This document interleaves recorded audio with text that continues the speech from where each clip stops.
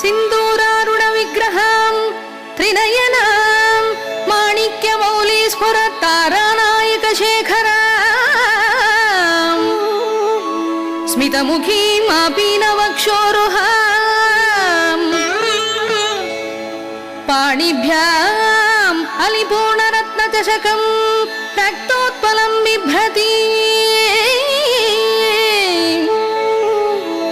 సౌమ్యాం రక్తఘటస్థరక్తచరణాం ధ్యాయేత్ పరామంబికాం.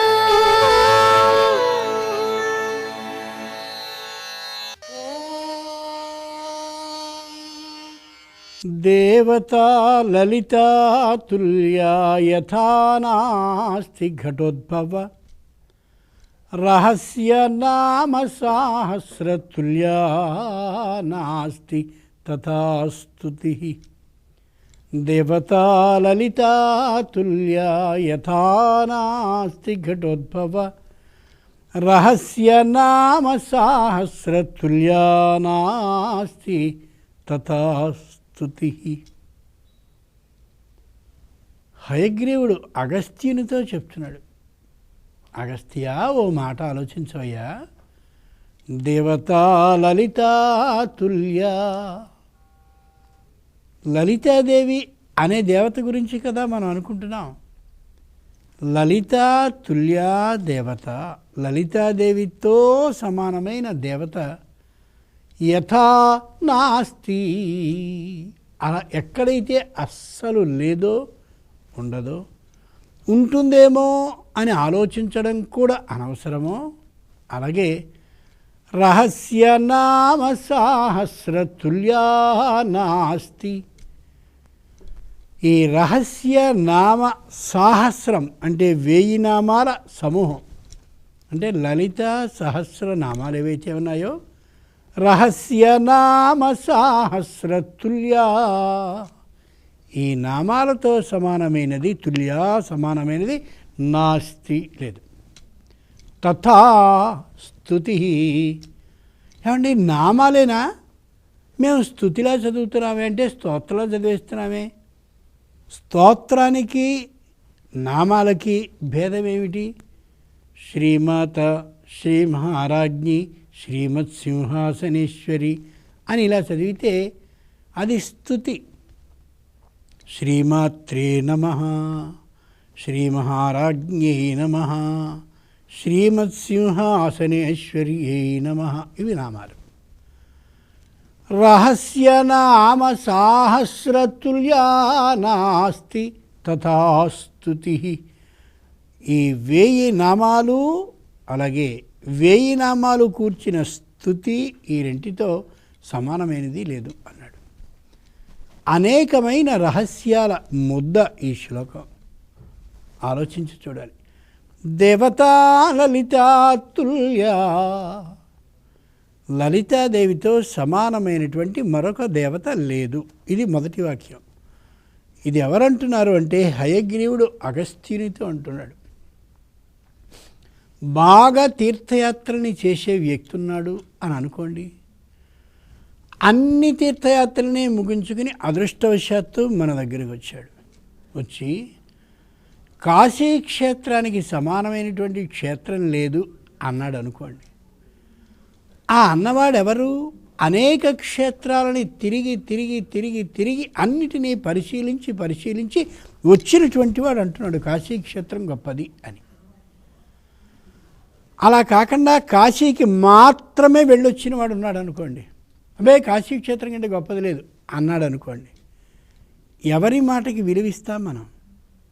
అనేక క్షేత్రాలకి వెళ్ళి కాశీ క్షేత్రానికి కూడా వెళ్ళి అన్నిటి పోలికతోటి కాశీ క్షేత్రాన్ని లెక్కించి ఎక్కువ తక్కువల్ని పరిశీలించి బాగా ఒక నిర్ణయానికి వచ్చి కాశీ క్షేత్రానికి మించి లేనిది ఇంకసలు కాశీక్షేత్రానికి మించినది ఇంకొకటి లేదు అంటాడే, ఆ మాటకి విలువిస్తాం. ఎందుకంటే మిగిలిన క్షేత్రాలని గురించి కూడా అతడికి అవగాహన సంపూర్ణంగా ఉంది కాబట్టి. ఒట్టిగా కాశీక్షేత్రాన్ని మాత్రమే పరామర్శించినటువంటి వాడికి మిగిలిన క్షేత్రాల గురించినటువంటి జ్ఞానం లేదు కాబట్టి, ఒకవేళ ముందు నాటికి మరొక క్షేత్రానికి కానీ వెళ్ళినట్టయితే ఏమో కాశీక్షేత్రం కంటే మించిందంటాడో, సమానం అంటాడో, తక్కువ అంటాడో, ఏమంటాడో అది తర్వాత మాట. కాబట్టి మొదటి వ్యక్తికే ఆ విధమైనటువంటి గౌరవాన్ని మనం ఇస్తాం. అలాగే హయగ్రీవుడు నాడే ఈయన జ్ఞానానందమయం దేవం నిర్మల స్ఫటిక ఆకృతిం ఆధారం సర్వ విద్యానాం. అనేక విద్యలకి ఆధారం హయగ్రీవుడు. విద్య అంటే మనవి చేశాను, మనం చదువుకునేటటువంటి 5వ తరగతి 10వ తరగతి విశ్వవిద్యాలయంలో చదువుకునే చదువు ఇది విద్య కాదు. విద్య అంటే మంత్రం. అనేకమైన మంత్రాలని తన యందు నిక్షిప్తం చేసుకుని మంత్ర మననాన్ని నిరంతరం చేస్తూ ఉండేటటువంటి హయగ్రీవుడు అగస్త్యునితో, అగస్త్యుడెవరు, ఆదిత్య హృదయ స్తోత్ర మహామంత్రాన్ని అనేకమైన అస్త్రమంత్రాలని విశ్వామిత్ర మహర్షి దగ్గర ఉపదేశాన్ని పొందినటువంటి వానితో చెప్తున్నాడు ఆయన. ఏమని? దేవతా లలితాతుల్య, లలితాదేవితో సమానమైనటువంటి దేవత లేదు. రహస్య నామ సాహస్రం, ఏ లలితా సహస్రాలున్నాయో రహస్య అర్థాన్ని వివరించేవి దీనితో సమానమైనటువంటి నామాలు లేవు అని చెప్తున్నాడు. అనేక మంత్రాలని, మంత్రాలకి సంబంధించిన అధిష్టాన దేవతలన్నీ గురించి స్పష్టంగా తెలుసున్న హయగ్రీవుడు లలితాదేవితో సమానమైనటువంటి అమ్మవారు లేదు, దేవత నాస్తి లలితాతుల్య. ఎంత గట్టి మాట చూడండి. ఎందుకని ఆయన అనేశాడు కాబట్టి ఒప్పేసుకోవడమేనా? శాస్త్రం ఎప్పుడూ కూడా కఠినంగా ఉంటుంది. శాస్త్రీతి శాస్త్రం.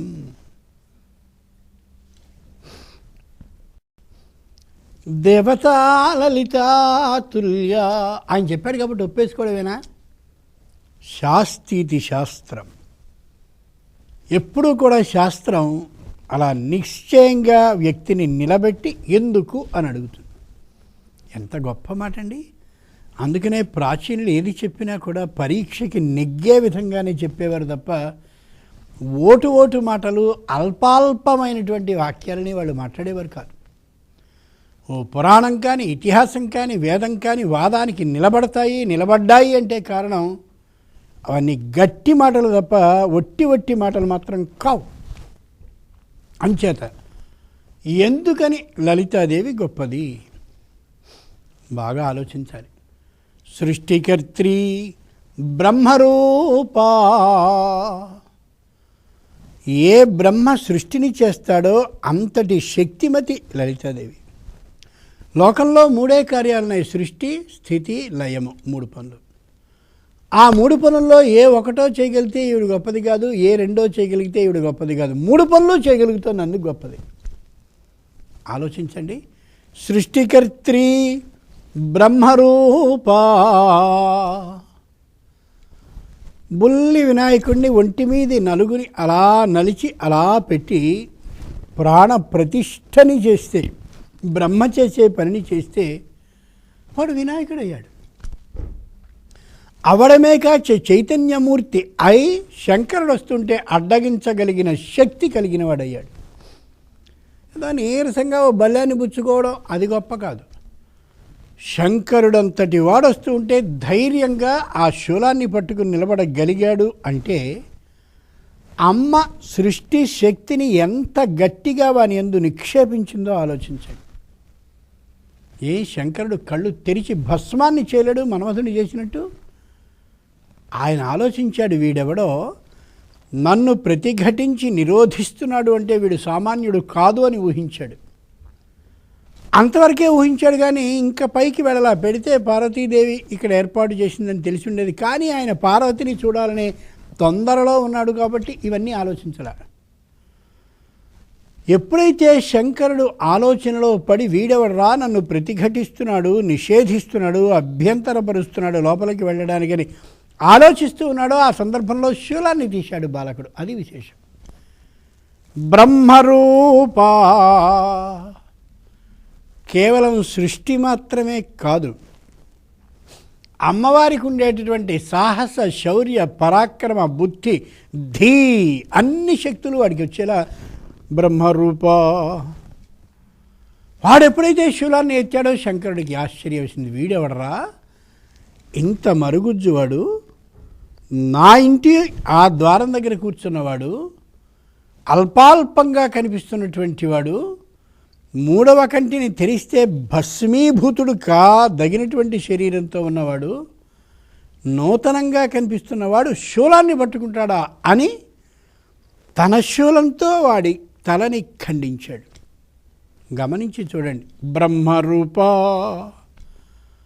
లోకంలో ఒక వ్యక్తికి ఒకంత శక్తి అనేది ఉంటుందనేది బ్రహ్మ నిర్ణయించేటటువంటి విధానం.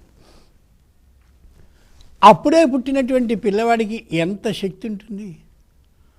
అలాగే అమ్మ నడిచినటువంటి ఆ మట్టి అక్కడ పెట్టి వాడిని వినాయకుడు అని అంటే ఎంత శక్తి ఉంటుంది వాడికి? పోనీ ఒక 7 ఏళ్ల కుర్రాడిగా అమ్మ సృష్టి చేసింది అనుకుందాం కాసేపు. 7 ఏళ్ల పిల్లవాడికి శంకరుణ్ణి నిరోధించగలిగినంతటి శక్తి ఉంటుందా?